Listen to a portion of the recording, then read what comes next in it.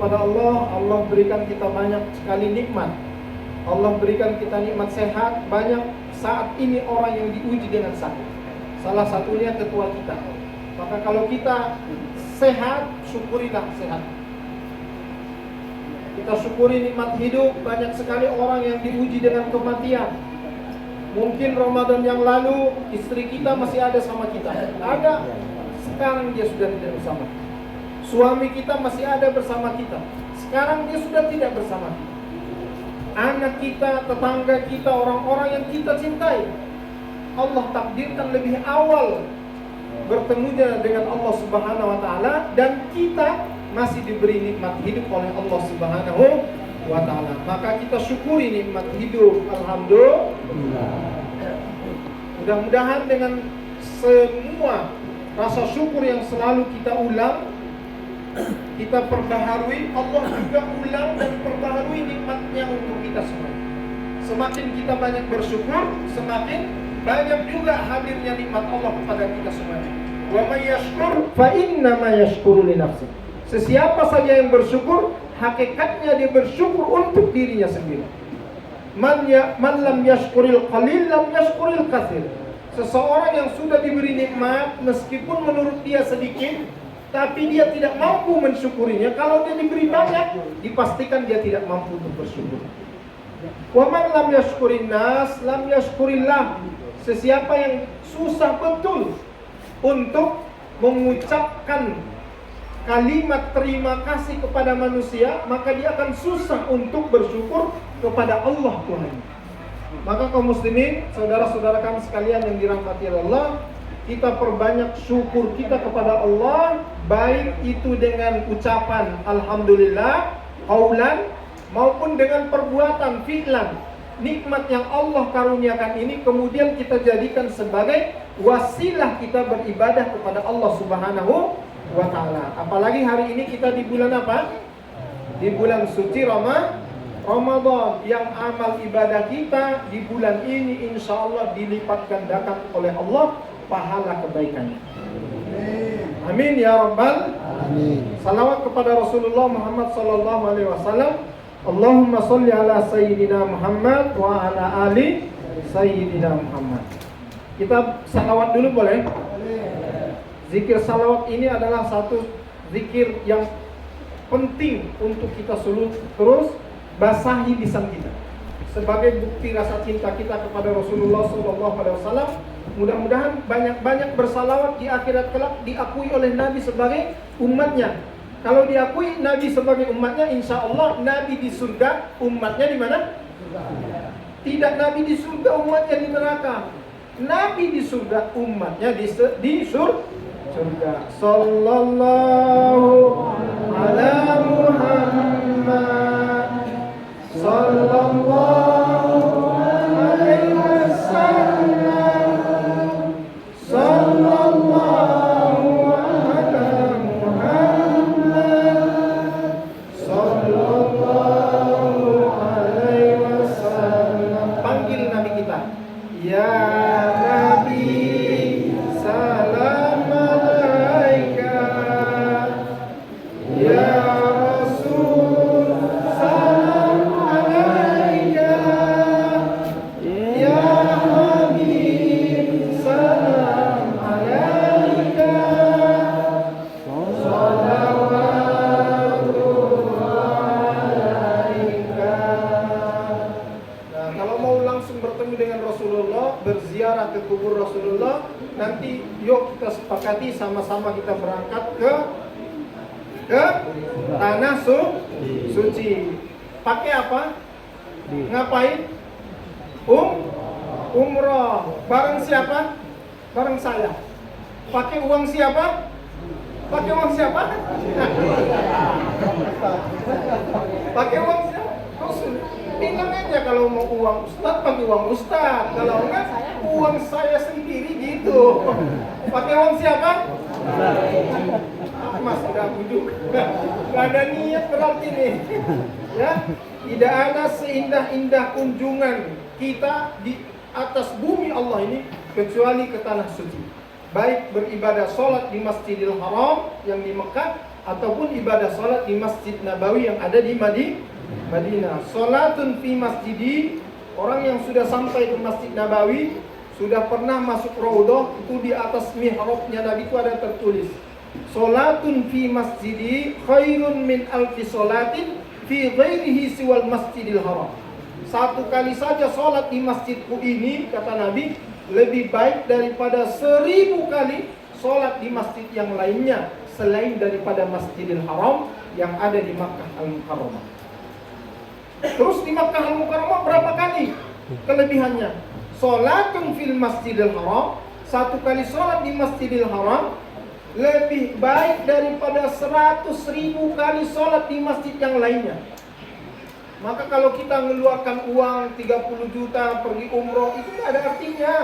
Karena yang kita dapatkan jauh daripada nilai uang yang 30 juta itu. Kalau bapak-bapak, ibu-ibu mau berangkat dengan saya kasih nanti 25 juta aja. Mana ada 25 juta, ya kan? Ada yang mau? Saya nggak jualan, cuman saya berdakwah. Bapak dan ibu saudaraku sekalian yang dirahmati Allah, kita sedang berada di bulan suci Ramadan. Ada 2 amalan utama di bulan Ramadan ini Bapak Ibu yang mesti kita jaga, mesti kita istiqomah. Apa itu Pak?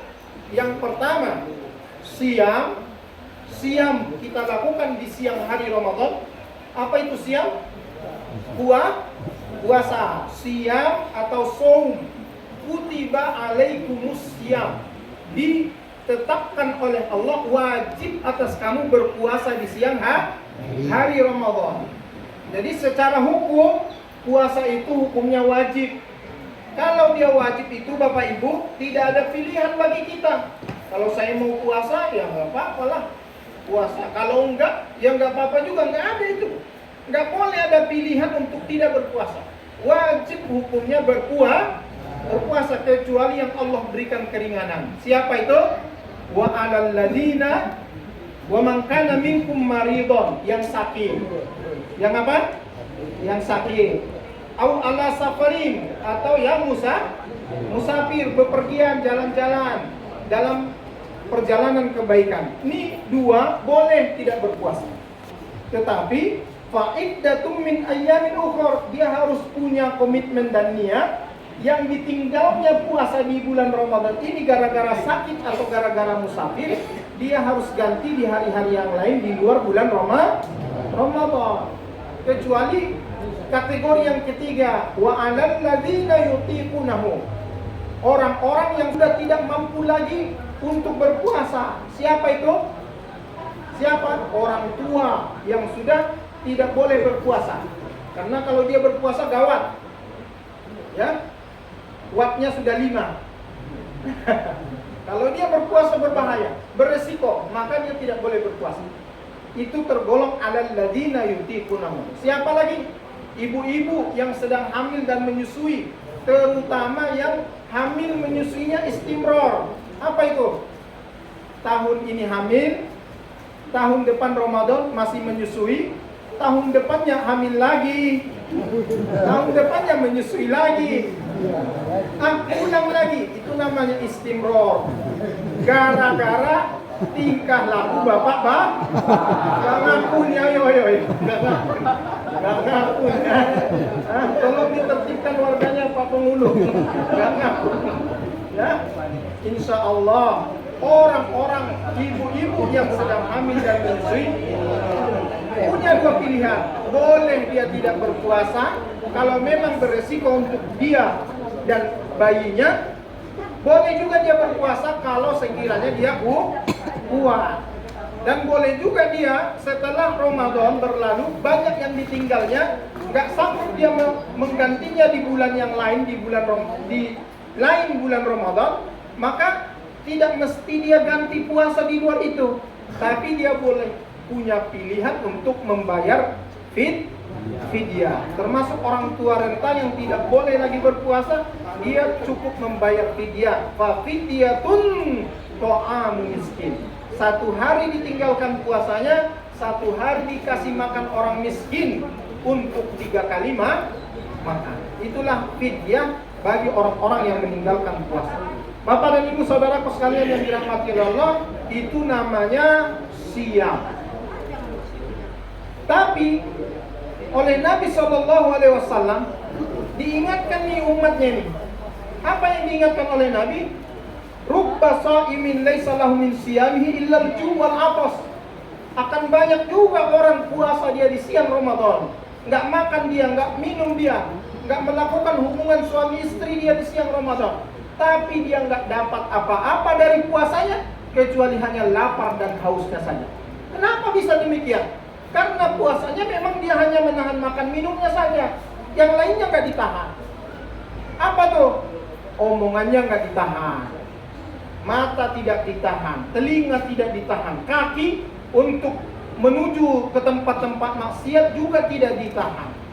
Padahal ini semua dapat mengurangi, merusak, bahkan membatalkan nilai pahala puasa. Maka kemudian tentang puasa ini, Bapak Ibu Saudaraku sekalian, mari kita sama-sama maknai dia secara komprehensif. Kalau bahasa modernnya, bahasa awal apa tuh komprehensif tuh?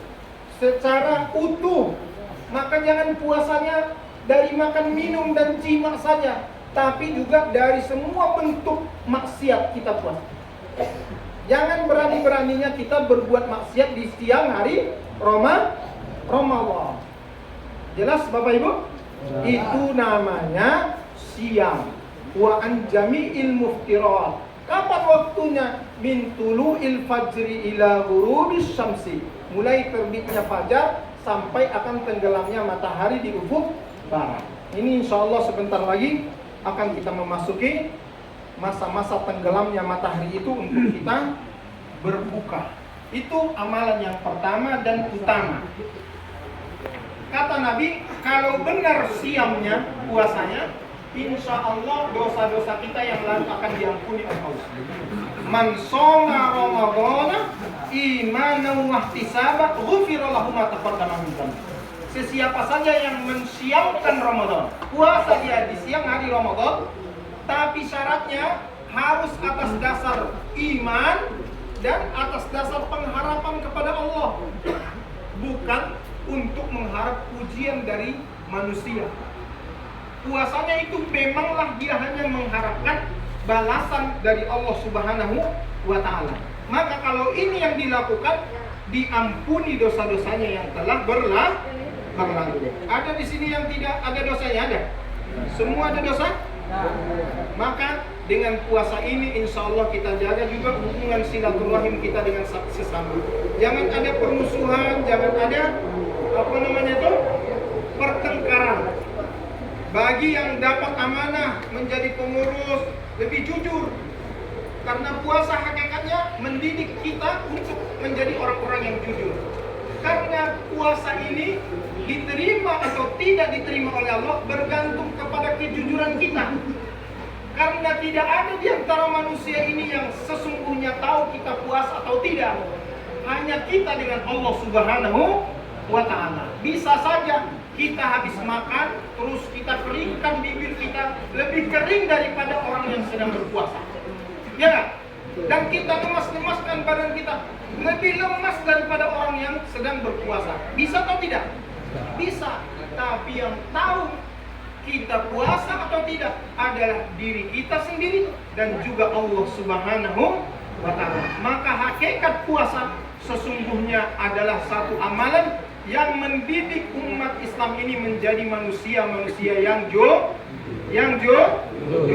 Insya Allah kooperasi kita ini kalau dikelola di atas kejujuran, ini akan punya sustainability, kontinuitas dan juga development, pertumbuhan, keberlangsungan, eksistensi yang insya Allah mendapat berkah dari Allah Subhanahu wa Ta'ala.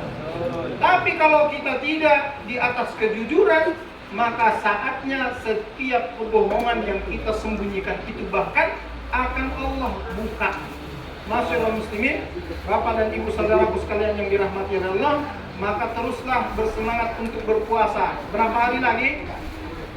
Berapa hari lagi? Udah lebaran lagi? Udah lebaran lagi? Hah?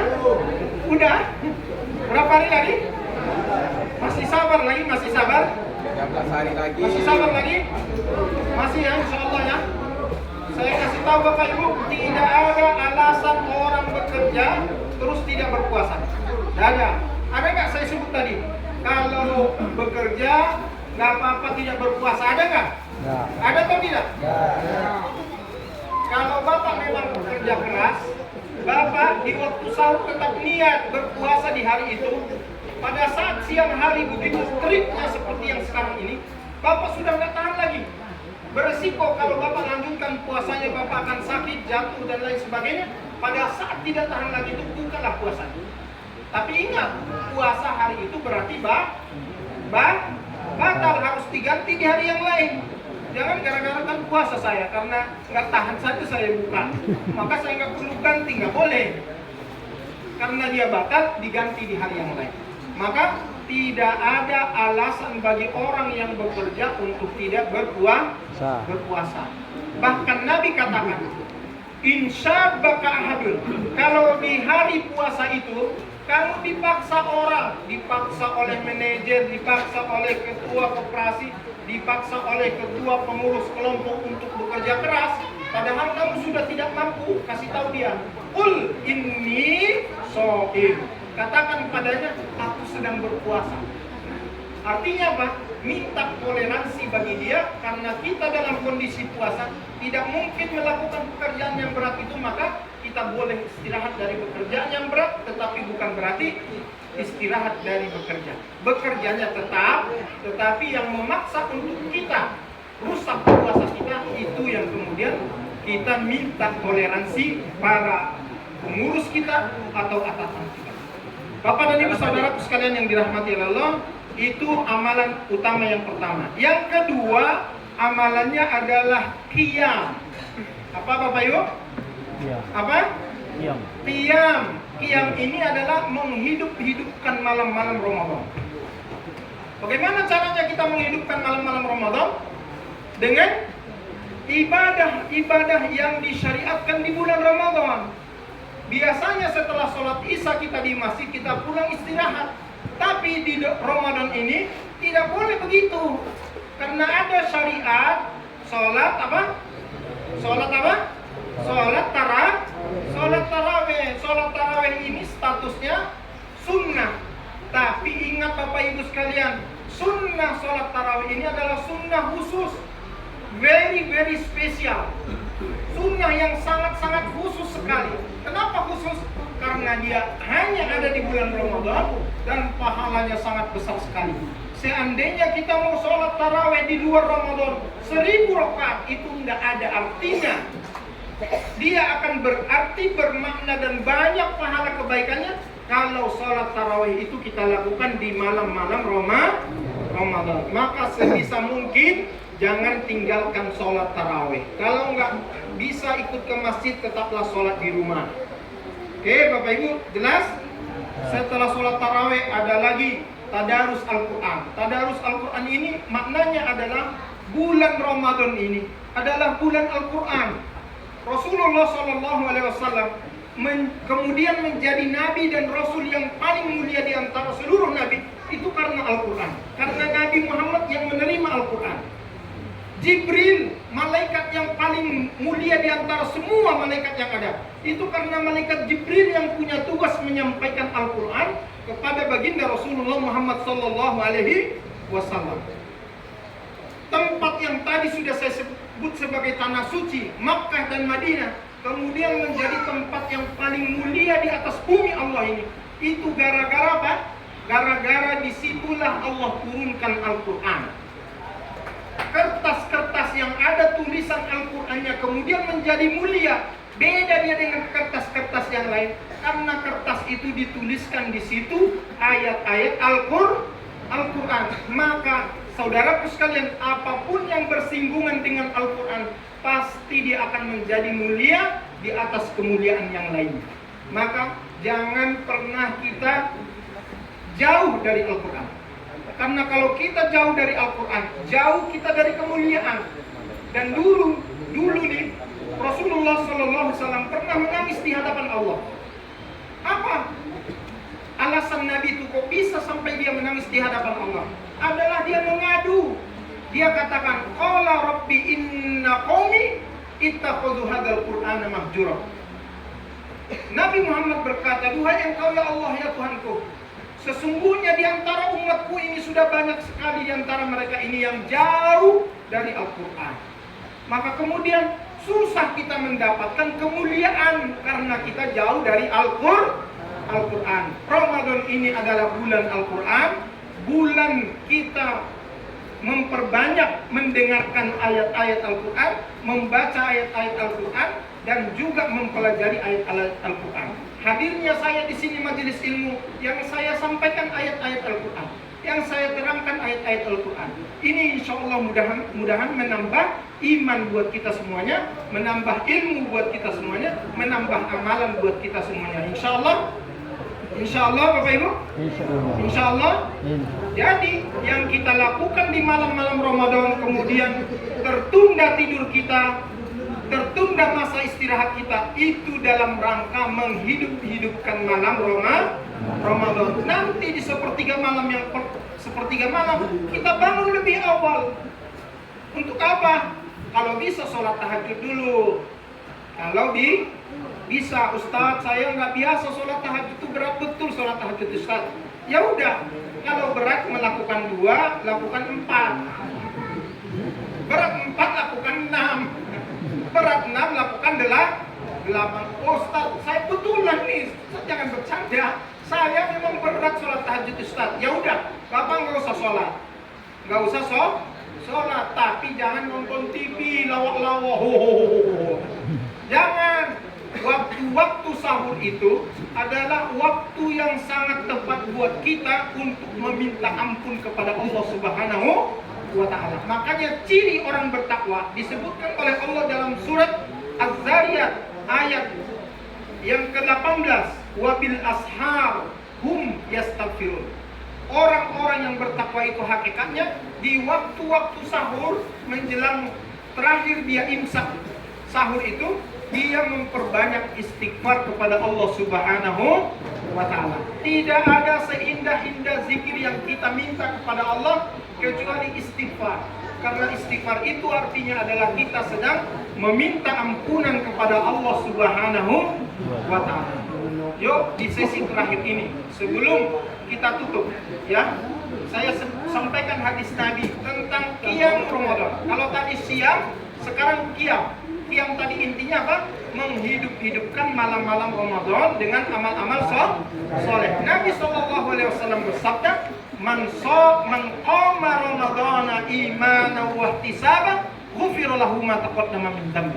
Sesiapa saja yang melakukan qiyam tadi apa? Menghidupkan malam-malam Ramadan dengan amal-amal soleh, maka atas dasar iman dan pengharapan kepada Allah diampunkan dosa-dosanya yang telah berlalu. Saya tanya Bapak Ibu, kira-kira dosa kita akan diampuni oleh Allah atau tidak? Sementara kita tidak minta ampun sama Allah. Gimana? Allah ampuni nggak dosa kita? Kita nggak minta ampun. Diampuni nggak? Diampuni atau tidak? Maka kita minta sama Allah supaya Allah ampuni. Minta ampun sama Allah itu caranya gimana? Gimana caranya? Banyak-banyak zikir istighfar.